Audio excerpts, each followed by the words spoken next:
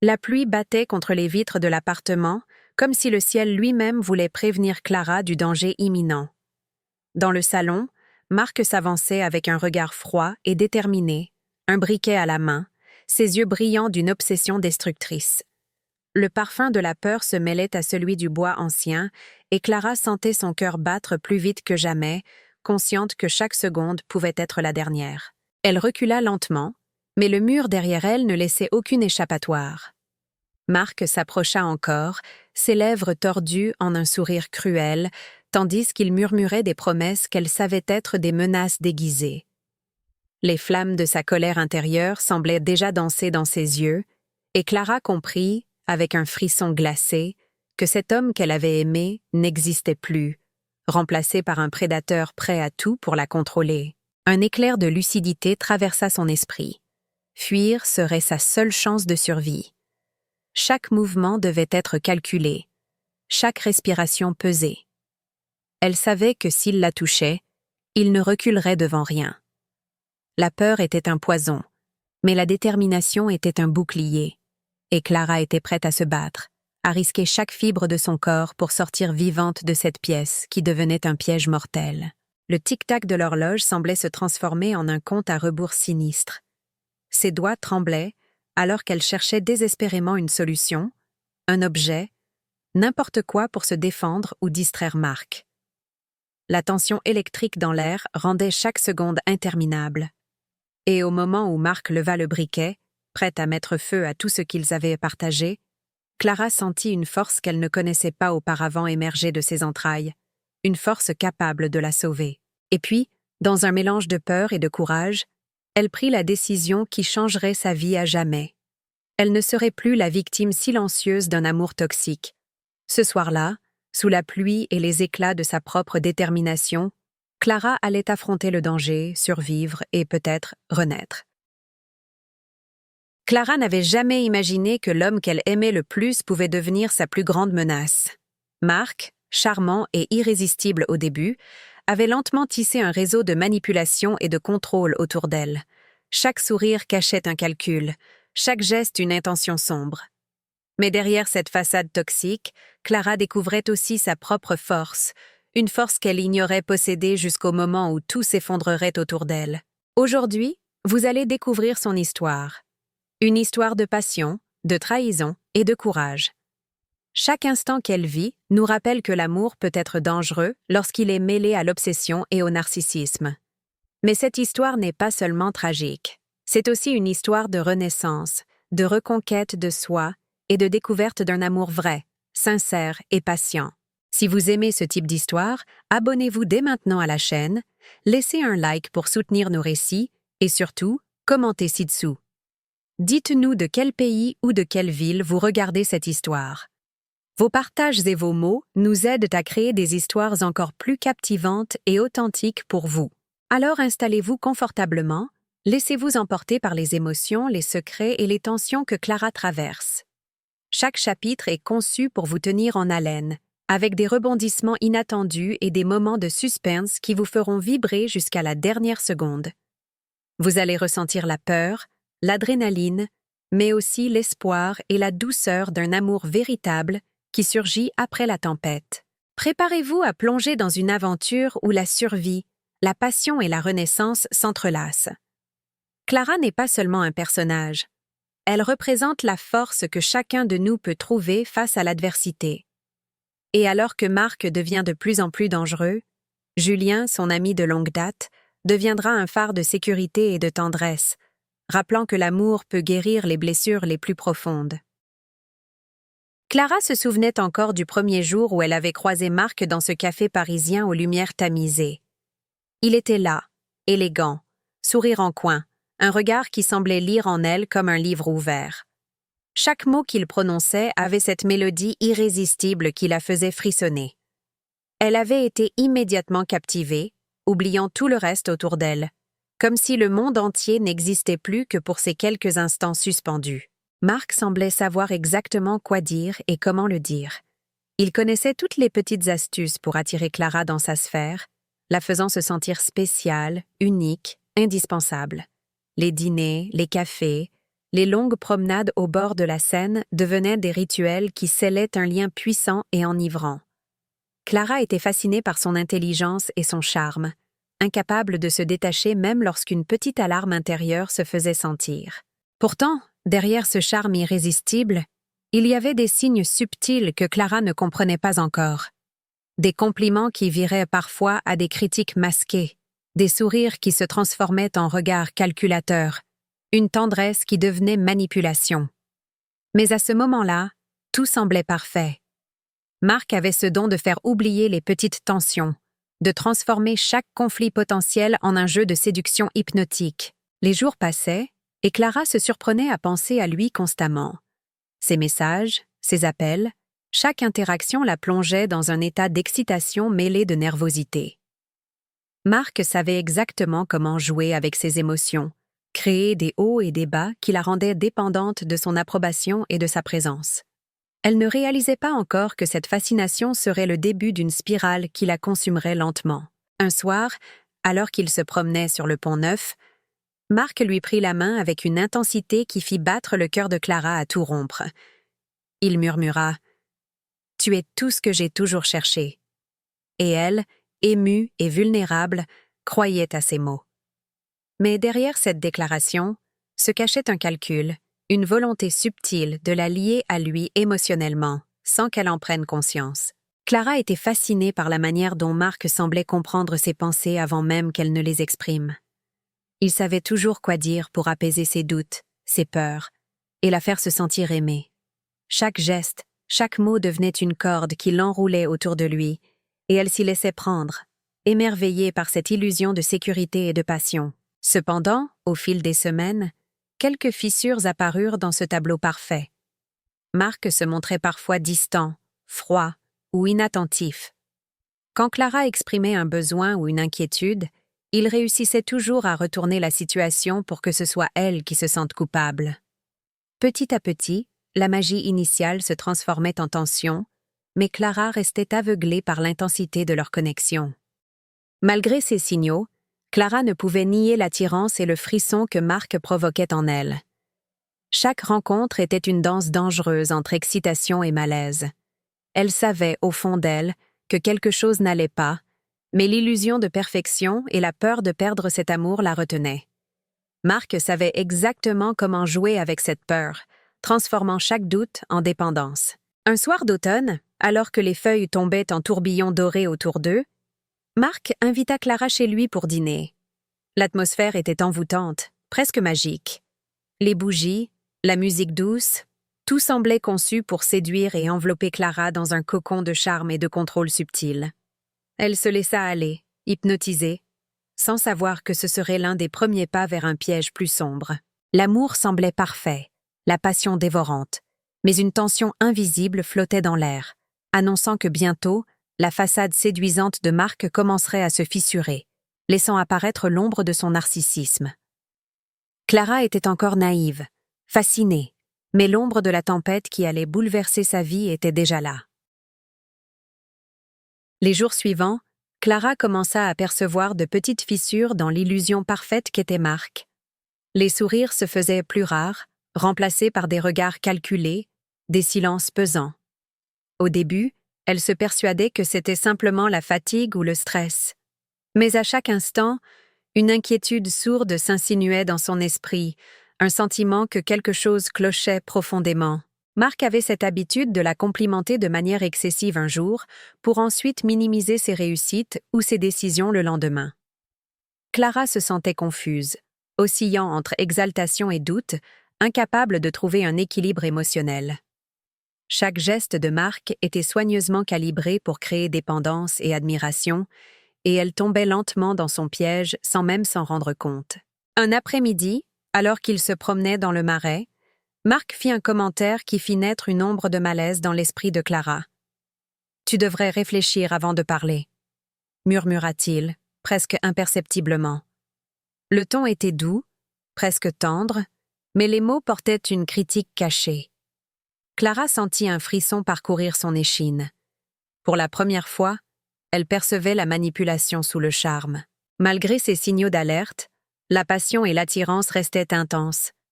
Chaque fois qu'il lui souriait, le monde de Clara s'illuminait à nouveau, et elle se persuadait que ses inquiétudes n'étaient que des fantasmes.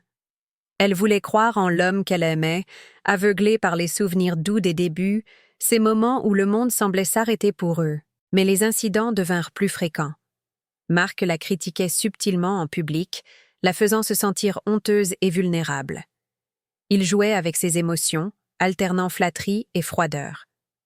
Clara commençait à ressentir une tension permanente, une anxiété qui la suivait partout. Pourtant, chaque fois qu'elle exprimait un doute ou une inquiétude, Marc savait retourner la situation pour que ce soit elle qui se sente coupable. Un soir, alors qu'il dînait dans un petit restaurant éclairé par des bougies, Marc effleura sa main avec une douceur calculée. « Tu sais que je fais tout ça pour nous », murmura-t-il. Clara, confuse, sentit son cœur se serrer. L'illusion de protection et d'amour mêlée à la manipulation était devenue un cocktail enivrant et dangereux. Elle commençait à comprendre qu'elle marchait sur un fil au-dessus d'un abîme émotionnel. Les messages incessants, les appels imprévus et les reproches subtils étaient devenus la nouvelle normalité. Clara se surprenait à vérifier son téléphone à chaque instant, à anticiper les réactions de Marc, à calculer ses propres mots pour éviter les conflits. La liberté qu'elle avait ressentie au début de leur relation s'était peu à peu effacée, remplacée par une dépendance insidieuse et silencieuse. Pourtant, il y avait toujours cette lueur de charme et de séduction qui la retenait. Marc savait exactement comment rallumer la flamme et dissiper les doutes. Chaque étreinte, chaque sourire, chaque mot doux était une corde invisible la liant davantage à lui. Clara oscillait entre peur et désir, incapable de rompre ce cycle, bien qu'une petite voix intérieure lui soufflait que tout n'était pas sain. Une nuit, alors qu'elle rentrait seule chez elle, Clara sentit pour la première fois une inquiétude profonde pour sa sécurité. Elle repensa à certains incidents où Marc avait montré des signes de contrôle excessif et de colère contenue. La peur commençait à s'installer, discrète mais persistante, comme un nuage sombre sur un ciel autrement lumineux. Clara sentait que le charme de Marc n'était qu'une façade. Le spectre du danger commençait à se dessiner clairement, annonçant que les prochains événements pourraient bouleverser sa vie d'une manière irréversible.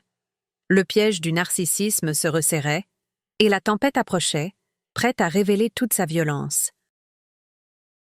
Les jours suivants, Marc devenait de plus en plus imprévisible.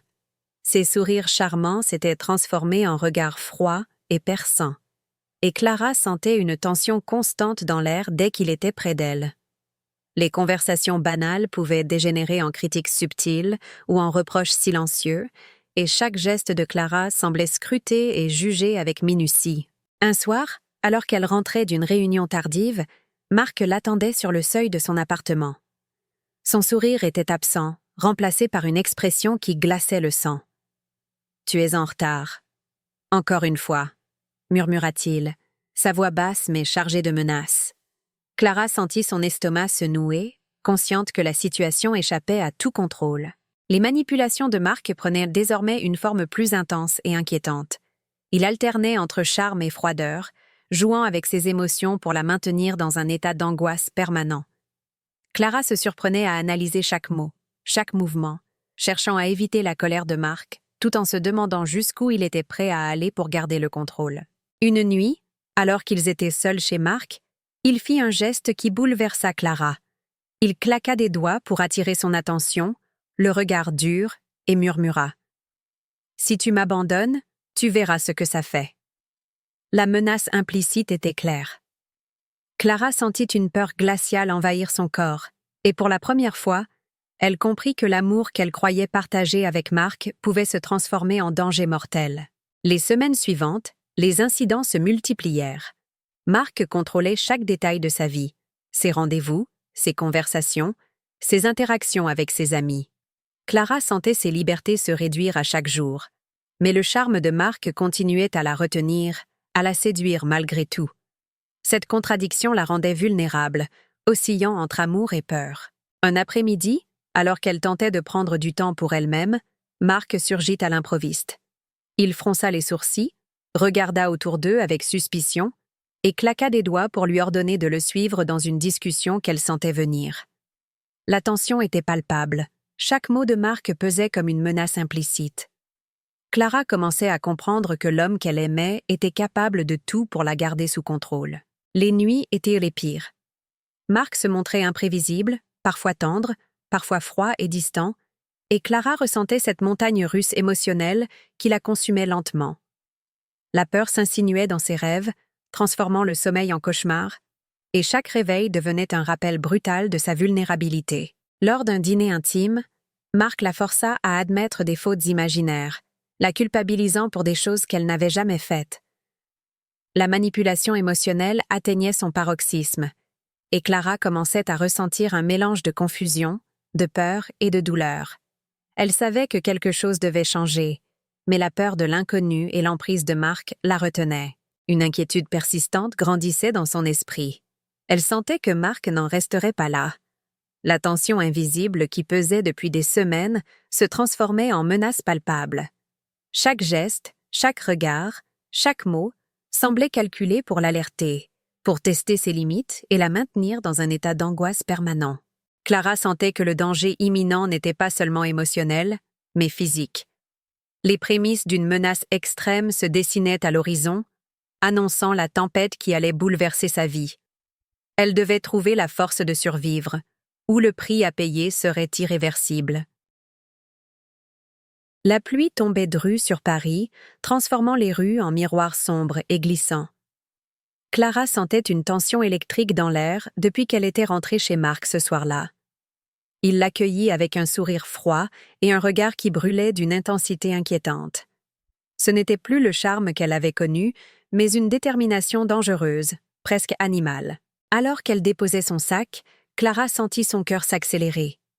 Marc s'avança avec un briquet à la main, le visage impassible, et murmura « Ce soir, tu comprendras que je ne peux pas te laisser partir. » La peur glaciale s'empara de Clara. Chaque fibre de son corps criait de fuir, mais le danger était immédiat, palpable et proche. L'appartement semblait soudain étranger. Les murs familiers prenaient une teinte menaçante sous la lumière vacillante des bougies qu'il avait allumées. Marc avait préparé chaque détail, transformant ce qui avait été un lieu de confort en un piège mortel. Clara sentit une montée d'adrénaline. Sa survie dépendait désormais de son sang-froid et de sa rapidité. Il s'approcha lentement, le briquet allumé, et la voix basse mais implacable. « Tu m'as trahi? Et maintenant, tu paieras. » La peur devint un feu intérieur. Clara recula vers la porte, cherchant désespérément une échappatoire. Chaque seconde semblait durer une éternité, et le parfum du danger brûlant emplissait l'air, mêlé à l'angoisse et à l'adrénaline pure. Dans un sursaut de courage, Clara repéra un petit passage vers la fenêtre de la cuisine. Elle savait que sa seule chance de survie était de sortir immédiatement. Ses mains tremblaient, mais sa détermination surpassait la peur. Elle se faufila avec prudence, évitant le regard de Marc, et se rapprocha du seul chemin qui pouvait la sauver. Marc, remarquant son mouvement, se précipita vers elle avec rage. Mais Clara utilisa sa rapidité et son instinct. Elle esquiva, attrapa le poignet de la porte et l'ouvrit d'un geste brusque. L'air froid de la nuit l'enveloppa comme un manteau protecteur, et elle sentit pour la première fois depuis longtemps un souffle d'espoir. Une fois dehors, trempée et haletante, Clara courut à travers les rues glissantes, les flammes potentielles derrière elle comme une menace spectrale.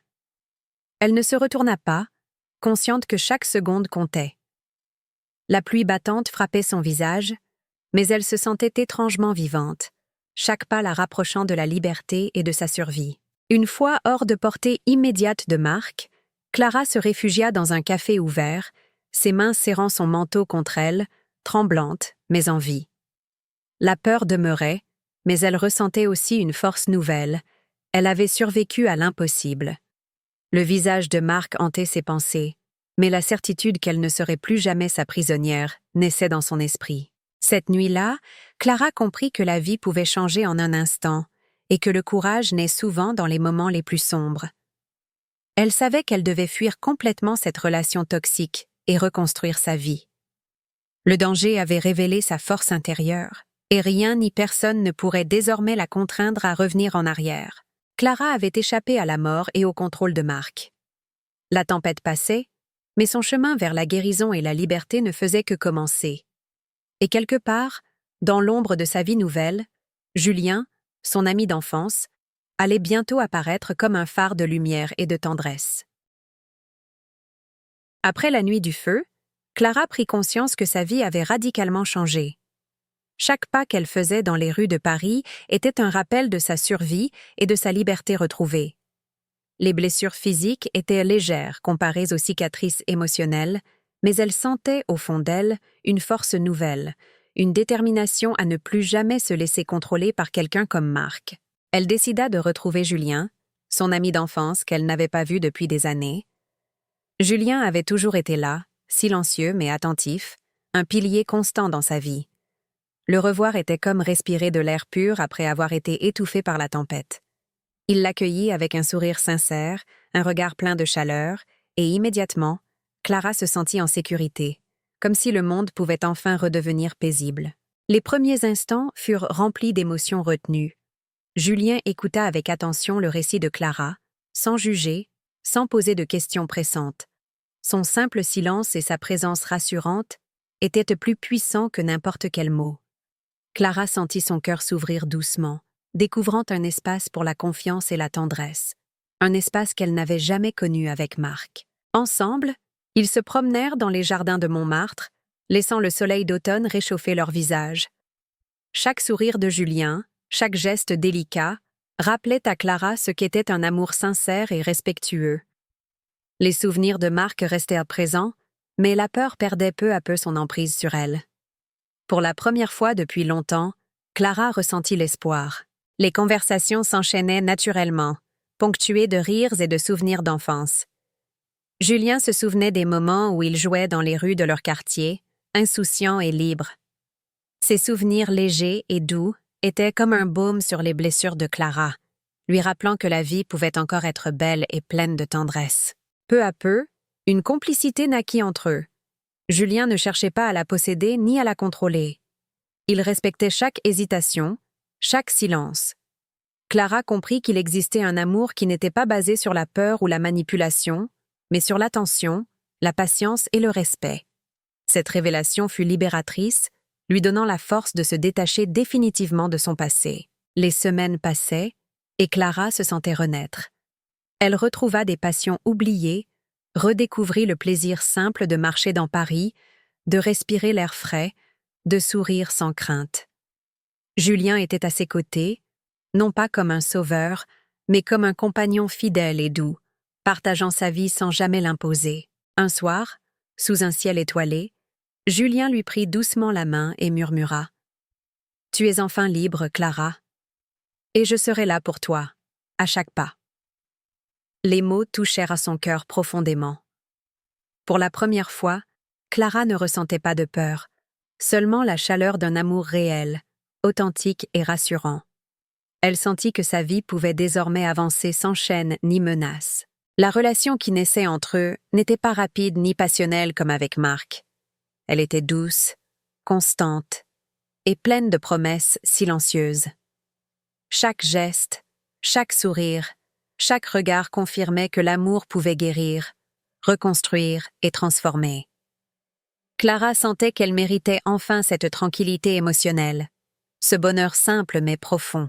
Clara avait survécu à l'ombre de Marc et trouvé dans Julien un refuge, une lumière, un amour vrai.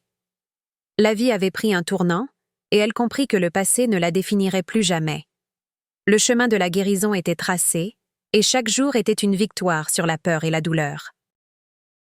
Les jours se transformaient en semaines, et chaque moment passé avec Julien renforçait la certitude de Clara. Elle avait enfin trouvé un amour basé sur le respect et la confiance.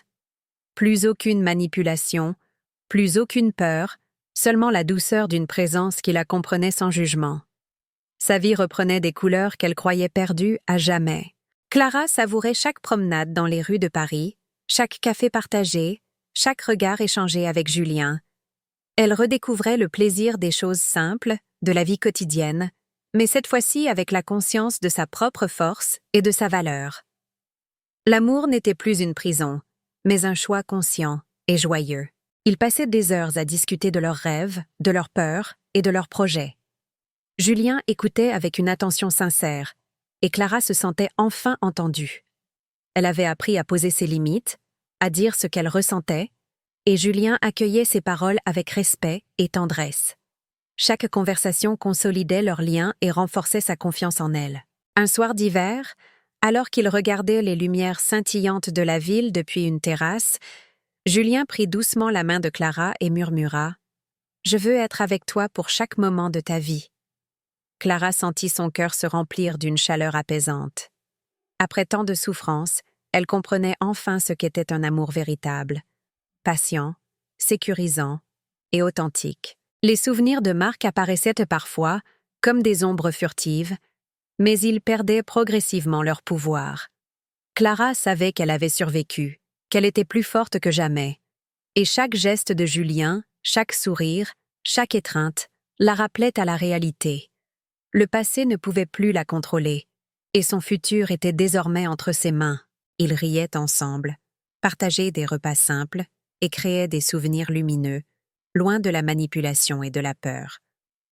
Julien était attentif, généreux, et chaque attention, même la plus petite, rappelait à Clara que l'amour pouvait être une force douce et réparatrice. Elle apprenait à aimer et à être aimée sans compromis, sans condition. Clara se surprenait à rêver à haute voix de voyages, d'aventures et de projets communs avec Julien. Il l'encourageait, la soutenait, et surtout, il ne cherchait jamais à la posséder. Ce contraste avec son passé toxique rendait chaque instant encore plus précieux. Clara savourait chaque respiration, chaque sourire, consciente que la vie lui offrait enfin la chance d'un bonheur réel. La confiance qu'elle avait retrouvée s'étendait désormais à tous les aspects de sa vie. Elle reprit ses passions, renoua avec ses amis et sa famille, et construisit un quotidien équilibré. Avec Julien à ses côtés, chaque défi semblait plus léger, chaque moment plus lumineux. L'amour n'était plus une menace, mais un refuge et une source de joie constante. Les soirées d'hiver passées ensemble étaient remplies de chaleur et de complicité. Clara sentait une sécurité nouvelle, un sentiment d'appartenance et de sérénité. Elle n'était plus la femme fragile de son passé, mais une femme forte, consciente de sa valeur et capable d'aimer pleinement. Julien était la preuve que le vrai amour pouvait guérir toutes les blessures. Clara avait non seulement survécu à l'ombre de Marc, mais elle avait trouvé la paix, la sécurité et un amour véritable avec Julien. La renaissance était complète, et elle savait que son futur serait rempli de bonheur, de tendresse et de moments partagés avec celui qui l'aimait réellement. Clara avait traversé des épreuves que peu de personnes pouvaient imaginer. L'amour toxique de Marc, la manipulation, la peur et même la tentative de mettre sa vie en danger avaient remarqué son passé de cicatrices profondes. Mais chaque épreuve avait aussi révélé sa force intérieure, cette résilience qui la poussait à survivre et à reconstruire sa vie. Elle comprit que la liberté et la paix étaient des trésors qu'aucun manipulateur ne pouvait lui enlever. Avec Julien à ses côtés, elle découvrit ce qu'était un amour véritable, celui qui écoute, respecte, soutient et apaise. Chaque sourire, chaque geste tendre, chaque parole sincère devenait un rappel quotidien que l'amour peut guérir, transformer et offrir un refuge après la tempête. Clara n'était plus la victime du passé. Elle était une femme consciente de sa valeur et capable de choisir un bonheur authentique. Aujourd'hui, son histoire est une inspiration pour tous ceux qui ont connu la peur, la manipulation ou la douleur. Elle nous enseigne que, même après les épreuves les plus sombres, il est possible de renaître, de se reconstruire et de trouver un amour pur et lumineux. Clara a survécu, s'est relevée et a trouvé la paix dans le cœur de celui qui l'a aimée vraiment.